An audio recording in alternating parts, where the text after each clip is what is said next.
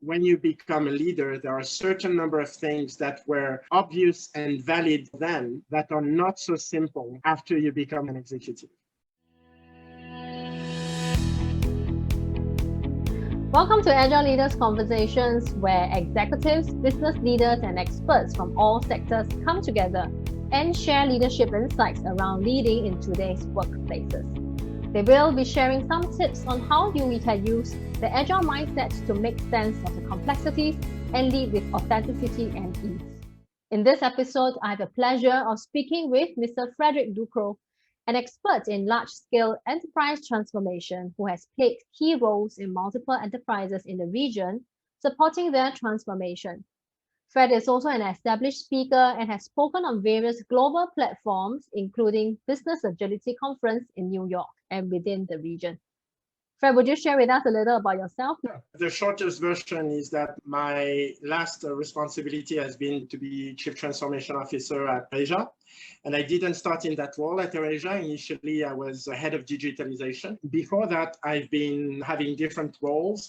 I had been in large consulting firm for a very long time, 15 years, between KPMG and Deloitte. And after that, I was very much interested in developing a way of working that was more iterative, more experiential, and more collaborative, which most people would recognize as agile. So I created my firm, which was Agile, and it had its life, and it allowed me to help a number of companies in the region transition to being an executive in large firms.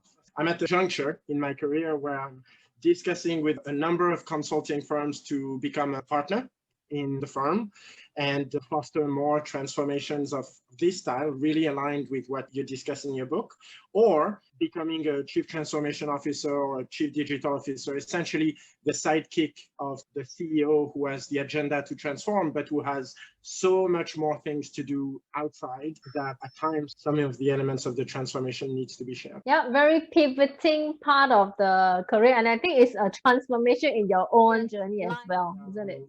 This has given me the time to really think of what I had learned in this 2-year ride and to see the kind of leader I want to be next, because Chief Transformation Officer has a slightly different role in the organization, in the C-suite, as in they don't have to maintain the existing. And so they need to be cognizant of that. And I think that taking stock of this and understanding what it means in terms of relationships with the rest of the C-suite, I'm happy I took this time. Yeah, I can see how one part of my coaching model, when you talk about what is the persona, I think there's that thought around that. What's the persona you really want to play in this work of helping businesses transform? Frederic and I connected on one of the business leadership agility conversations with one of the other agile practitioners. So we connected, and then Frederic picked up my book. So I really want to hear his thoughts of what he thought about the book after reading my book, 8 Paradoxes of Leadership Agility. Yes, so actually I bought the book while we were talking. That's one of the benefits of being online, is that when you're on a panel, you have a minute here, a minute there to do something else. And I had actually started reading the book while we were talking on the panel, which is shame on me. I really appreciated a number of things in the book, but what I really liked was, it's obvious, it's on the title, is it really takes as a foundation the fact that when you become a leader, there are a certain number of things that were obvious and valid until then that are not so simple after you become really an executive. And so I'll take an example that covers several of the paradoxes, but that's one that I've seen very often. And it's the notion that very often when you become an executive, you have been good at performing. You have been good at taking charge. And suddenly in our world, which is so confusing, so fast and so uncertain, with so little information that is clear and so much information that is confusing, as an executive, don't have all the information that is necessary. So if you keep taking charge, you prevent the people below to take charge. And if you take charge and they don't take charge, then the organization by default will not be as flexible and as reactive. So what made you successful before will make the organization and yourself fail. There was an example of this. I'm not going to mention the bank, because the CEO in the past 6 to 7 years decided to make a push to really push cross-selling. And cross-selling meant that the people the managing directors in private banking would work and play nice with the managing directors in corporate banking, because a lot of people who are very rich usually have grown by growing businesses. And so they are both clients for their own estate in private banking and for their company in corporate banking. And it makes sense to try and acquire the clients of one for the others. And obviously that didn't go so well, because that's not what they had been trained and rewarded to do for decades. So I think with these paradoxes, you address a lot of these things. They are important because very often we try to improve by growing at the first level of learning or first level of transformation, which is to try to do a little bit more, a little bit less of certain things. Oh, I will swear a little bit less. Oh, I will listen a little bit more. But real transformation comes when you suddenly see things differently. And it's not one or two things that are available to you to do more, to do less. It's completely different ways of approaching things. And so these paradoxes are good gateways for that. I think from leadership principle standpoint, Marshall Goldsmith had this saying, what got you here can't get you there. So there's a need for us to relook. I think most dangerous phrase that leaders can say would be, that's how we've been doing things for X number of donkey years and refuse to change. And that really prevents businesses from being agile. And Fred, you have started talking about paradoxes. So would you share with us which paradox which resonated with you the most? I have four, so I'll mention all four and then pick one. So there is leading versus following. There is bottom-up versus top-down, executing versus inspiring. But the one I think encapsulates the most to me is tasks versus people. And I will do a shameless quote placement here, which is from a guy some days I really respect and some days a little bit less, depending, because I know him very well. And this quote is, it's simply, the long way is the fastest in the long run. And what I mean with that, I think we share this principle that either you go for the task and this is going to work right now, or you go for the people and that's going to be very difficult right now because people are not ready. There are so many books that say, trust your team, empower them, leave them space to fail. But frankly, if you have children, you imagine that you give a chainsaw to your 3-year-old and you just tell them, come on, Marianne, I trust you. And if you're a good parent, maybe you won't. And so this paradox for me is that basically you want to grow people and you want to let them learn. And for this, they need to take risks and they need to fail. But these people evolve in a system that has boundaries and that has expectations. If you give them this space, but you do not have the authority to defend them when they fail, you won't have a lot more people who will try and fail after the first one is fired. So for me, this notion of task versus people, I know that it actually covers different things in your book, but ultimately you want to grow people. There is a curve of evolution of maturity. You need to ride that curve, and at the same time, you cannot decide for the person, but you can have intelligent and mindful conversations about the level of tension. You're familiar with eustress, the level of tension that the handover represents for that person. Are you giving the person, or are they taking a task or a mission that is challenging enough, but that is not going to lead to a catastrophic failure? Because catastrophic failures will cost careers no matter what. Task versus people is really at the core of so many decisions every day. And that's why I want to take it, because a lot of these other paradoxes, they cover a certain range, but this one, I feel I can ask myself this question 20 times in a day. Wow. And from your sharing, there's no fixed way, whether you want to focus on tasks or on people, because you talk about the curve, how mature, how ready.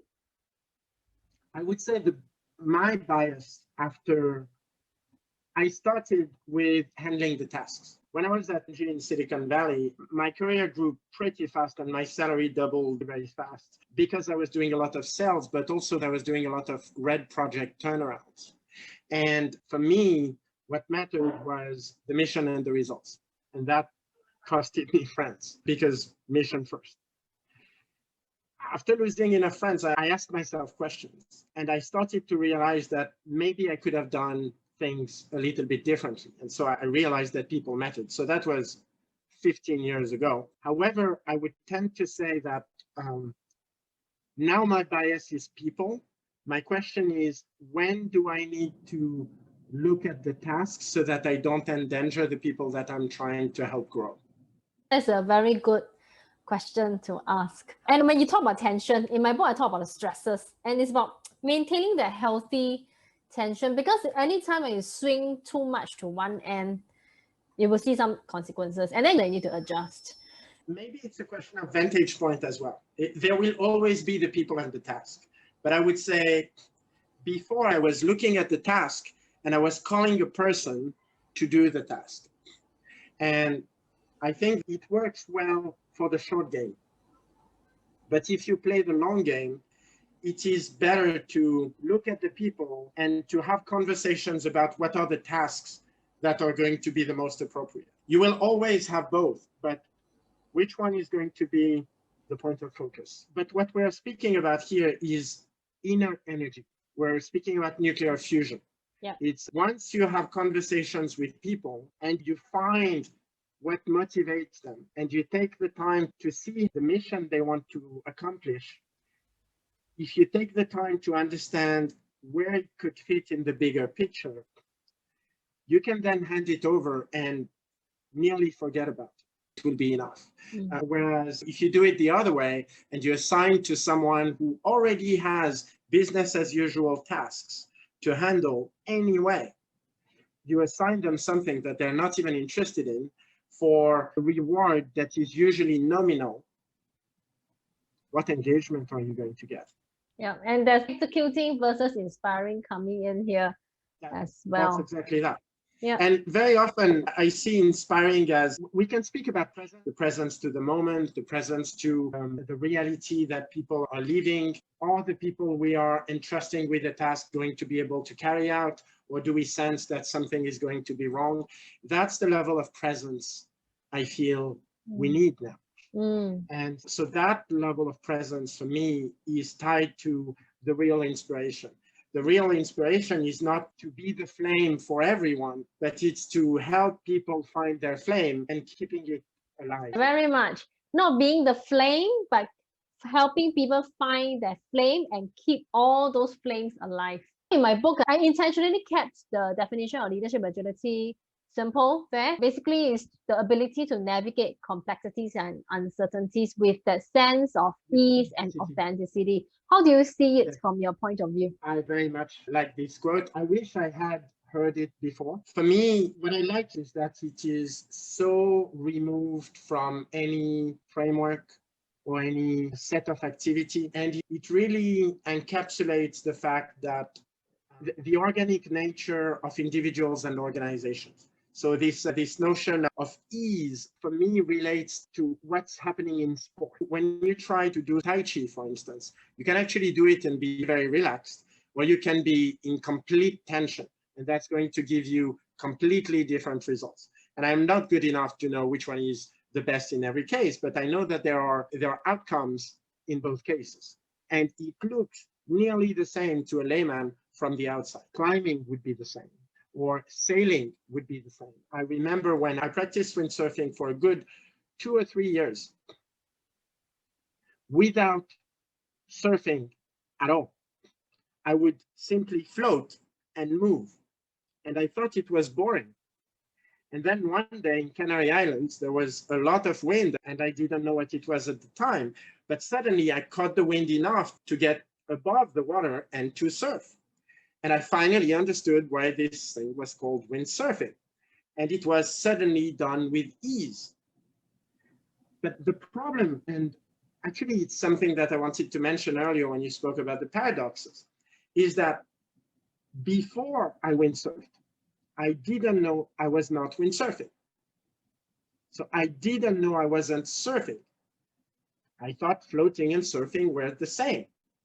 And I feel that a lot of the paradoxes you discuss in this book, the problem is awareness. Until you have experienced the other side, you will feel you're doing it.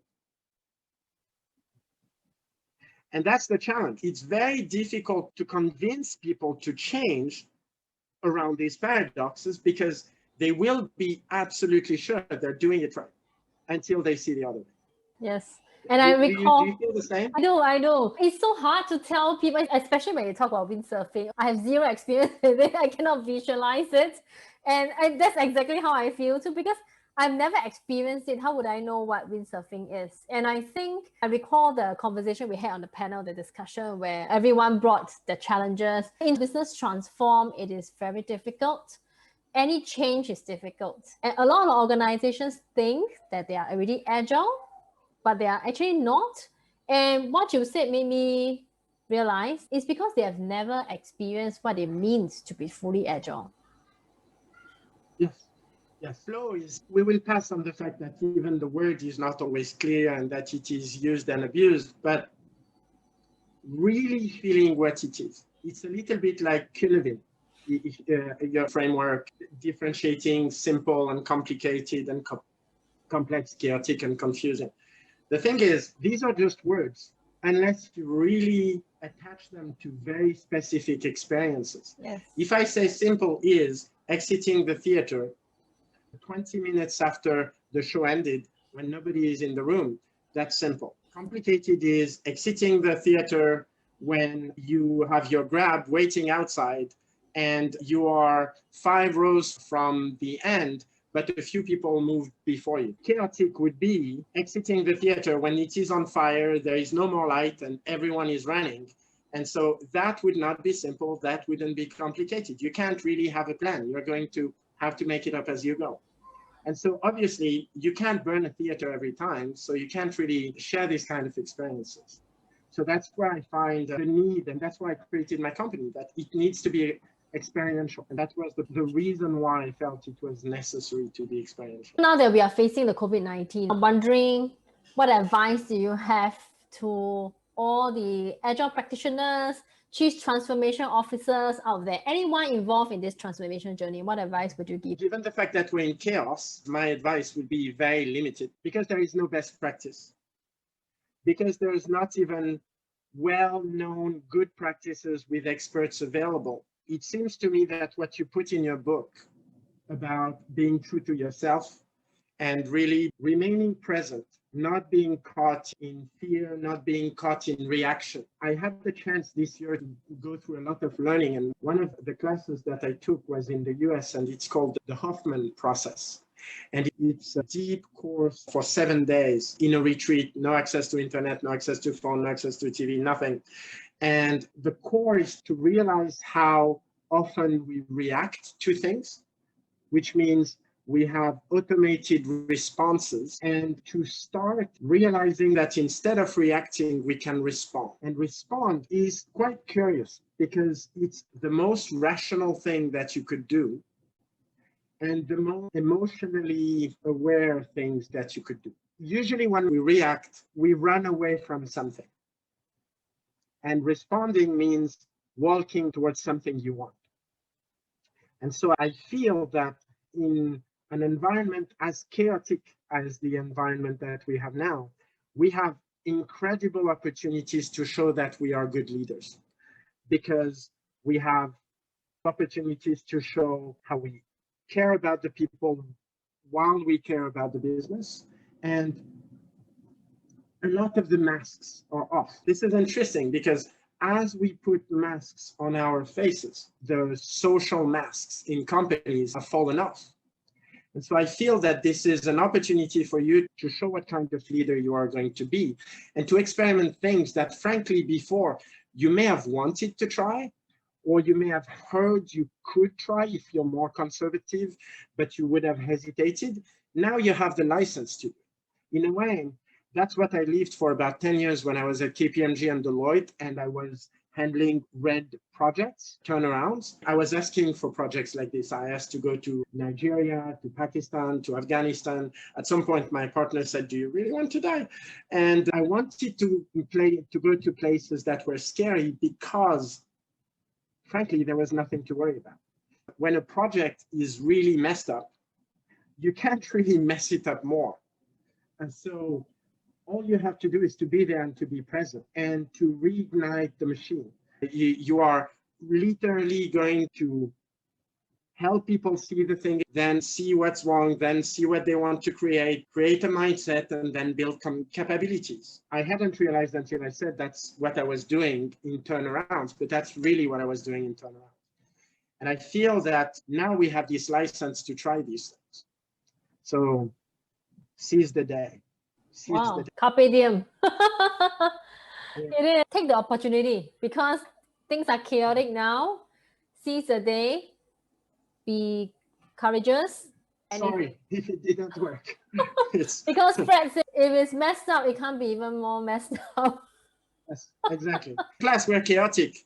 We are not going to think our way out of a chaotic situation. We will act our way out of a chaotic situation if we act regularly and we check if it's making things worse or not. When you say you're not going to get out of the chaos by thinking, but act a little, review, and then act again. You got to keep moving. I think the key is you got to keep moving. When you don't move and you just stop, that's where you will go under the water. This has been a great conversation. Thank you for spending time to have this chat with me, and thanks for reading my book. So keep in touch. Thank you very much.